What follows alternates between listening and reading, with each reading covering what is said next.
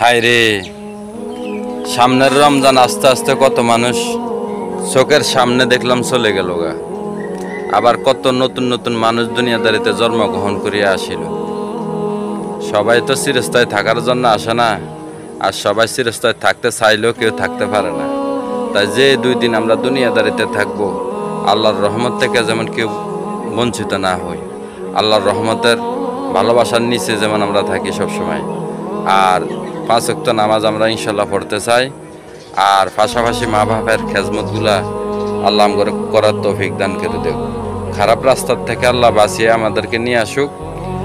আর ভালো কাজের ভিতরে আল্লাহ সবসময় আক্কাতারে আমাদের কাজ করানোর আল্লাহ তৌফিক দান করুক। তাই আমরা খারাপ কাজগুলো ছাড়ে দিয়া ভালো কাজগুলো করার চিন্তা ভাবনা আমরা মাথার ভিতরে নেই। আলহামদুলিল্লাহ, আমাদের আর্যগুলো আল্লাহ কবুল করিয়া নেব ইনশাআল্লাহ, দোয়া করি।